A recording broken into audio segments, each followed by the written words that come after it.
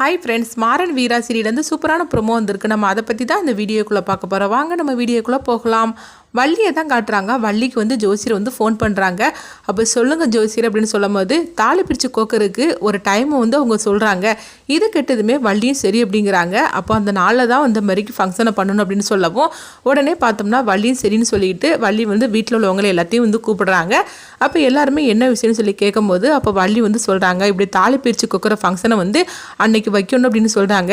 இது கெட்டதுமே எல்லாரும் அதிர்ச்சி அடைகிறாங்க. இப்போ ராமச்சந்திரன் சொல்கிறாங்க, வள்ளி இதெல்லாம் இப்போ தேவைதானா, இங்கே இருக்கிற பிரச்சனையெல்லாம் பத்தாதா, இப்போ இது முக்கியம் தானான்னு சொல்லி கேட்கும்போது, அண்ணா தாலி பிரித்து கோக்கிற ஃபங்க்ஷன் எதுக்காக நான் பண்ணுறேன்னு நினச்சிட்டு இருக்கிறேன், இந்த பிரச்சனை எல்லாமே ஒரு முடிவு கட்டுறதுக்காக தான் இந்த இது ஃபங்க்ஷனே அப்படிங்கிறாங்க. இது கெட்டதுமே ஒருத்தருக்குமே ஒன்றும் புரிய மாட்டேங்குது. நீ என்ன சொல்ல வர அப்படின்னு கேட்கும்போது, ஆமாம் கார்த்தி தாலி கட்ட போகிறது ஒருத்திக்கு மட்டும்தான் தாலி பிரித்து கோக்கிற ஃபங்க்ஷனில் அப்படிங்கிறாங்க.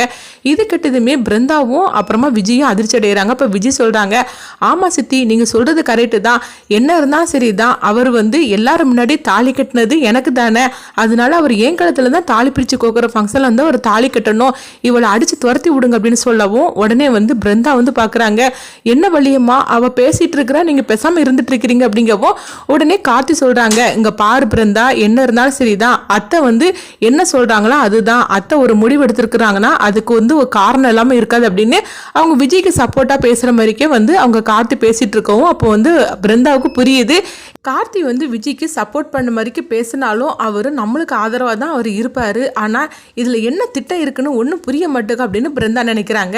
அப்போ ராமச்சந்திரன் கிட்ட வள்ளி சொல்கிறாங்க, அண்ணா ரெண்டு பேரும் கோயிலுக்கு போகணும், கோயிலுக்கு போய் சில பூஜையெல்லாம் பண்ணணும், அந்த பூஜையில் யார் சரியாக பண்ணுறாங்களோ அவங்க கழுத்தில் தான் கார்த்தி தாலி கட்டணும் அப்படிங்கிறாங்க. இது மாறன் வீரா கண்மணி ராகவன் எல்லாருமே கேட்டுட்டு இருக்கவும் உடனே மாறன் சொல்கிறாங்க, என்னது அத்தை இந்த மாதிரிக்கு புதுசாக ஏதோ கதையெல்லாம் சொல்லிட்டு இருக்குது அப்படின்னு வீரா கிட்ட சொல்லவும், இல்லை வள்ளியம்மா ஏதோ ஒரு திட்டம் போட்டு தான் அந்த மாதிரிலாம் பண்ணிட்டு இருக்கிறாங்க, சரி என்னதான் நடக்குன்னு நம்மளும் பார்க்கலாம் அப்படின்னு வீராவும் சொல்லிட்டு இருக்கிறாங்க. அடுத்து பார்த்தோம்னா ராமச்சந்திரன் சொல்லிடுறாங்க, வள்ளி நீ எந்த முடிவு எடுத்தாலும் எனக்கு சரிதான் அப்படின்னு சொல்லவும் அதை கேட்டுட்டு விஜய் சொல்கிறாங்க, என்ன இருந்தாலும் சரிதான், நீங்கள் என்ன பூஜை பண்ணினாலும் அந்த பூஜையில் நான் தான் ஜெயிக்க போகிறேன், அவர் என் காலத்தில் தான் தாலி கட்ட போகிறாரு அப்படின்னு சொல்லிட்டு விஜய் அவங்க ஒரு திட்டத்தை போட்டுட்டு இருக்கிறாங்க.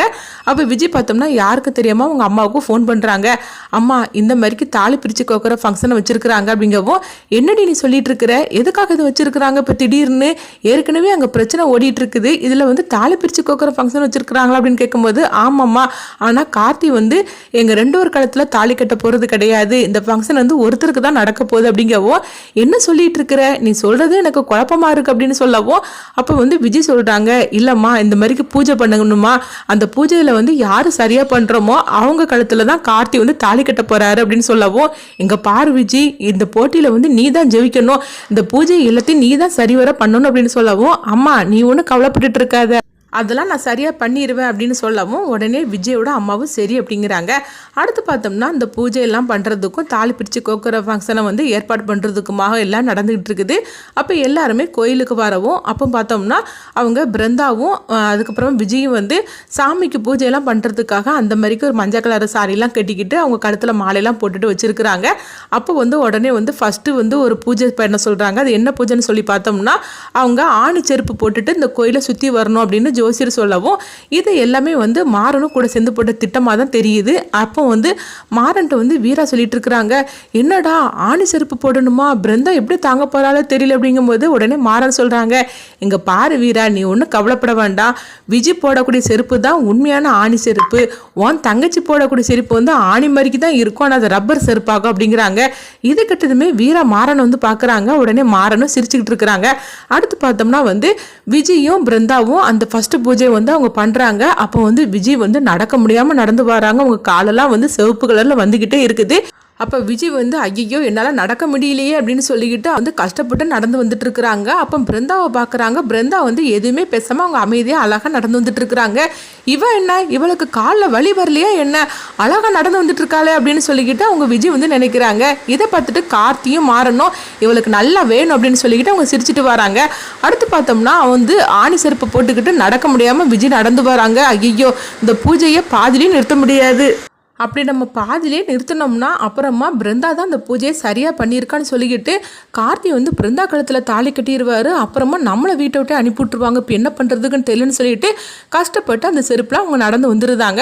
அப்போ பார்க்கும்போது அவங்க கால் வந்து சிகப்பாக வருது. அவங்க வலியால் துடிச்சிட்டு இருக்கிறாங்க. ஆனாலும் அவங்க வெளிக்காட்டிக்காமல் இருக்கவும் உடனே ஜோசியர் சொல்கிறாங்க அவங்க 2 பேரும் இந்த பூஜையை சரிவர பண்ணிட்டாங்க அப்படின்னு சொல்லவும் விஜய் பார்த்தோம்னா ஒரு ஓரத்தில் உட்காந்து அவங்க அழுதுகிட்டு இருக்கிறாங்க. ஐயோ கால் நல்லா வலிக்குது அப்படின்னு சொல்லி அழுதுகிட்டு இருக்கும்போது அங்கே வந்து வள்ளி வராங்க. என்னாச்சு விஜய் அப்படிங்கவோ ஒன்னும் இல்லை சித்தி அப்படிங்கிறாங்க. ஆனால் வந்து பிருந்தா எதுவுமே பேசாமல் அமைதியாக இருந்துட்டு இருக்கும்போது என்னது ஆணி சிறப்பு 2 பேரும் தான் போட்டுட்டு வந்தாங்க. ஆனால் பிருந்தா வந்து எதுவுமே பேசாமல் அமைதியாக இருந்துட்டு இருக்காள.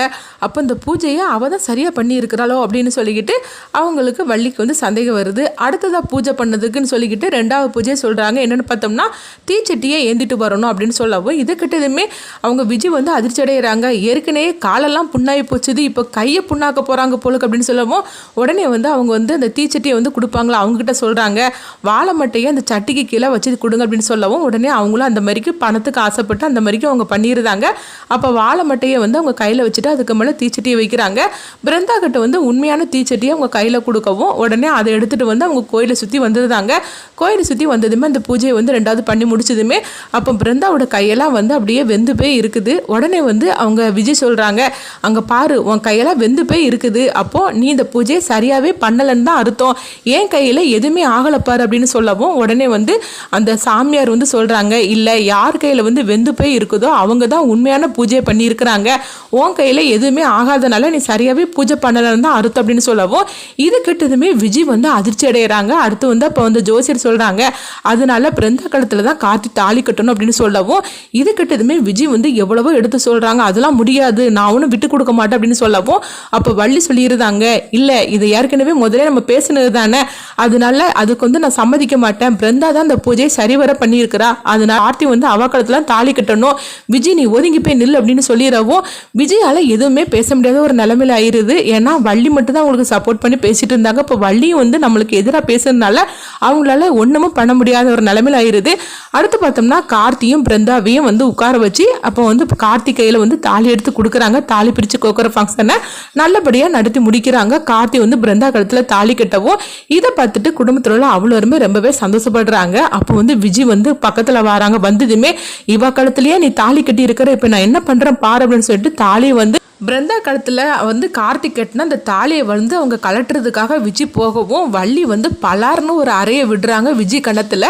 இதை கொஞ்சமாக எதிர்பார்க்காத விஜய் வந்து அதிர்ச்சியோடு நிற்கவும் நீ யார் தலையை நீ கலட்டுறதுக்காக இருந்த, இது எல்லாமே வந்து என்னோட ஏற்பாடு தான் அப்படின்னு சொல்லவும் இது கேட்டதுமே விஜய் வந்து அதிர்ச்சியோடு இருக்கிறாங்க. அடுத்தது இந்த கதை என்ன மாதிரி கொண்டுட்டு போகிறாங்கன்னு சொல்லிட்டு வெயிட் பண்ணி பார்க்கலாம்.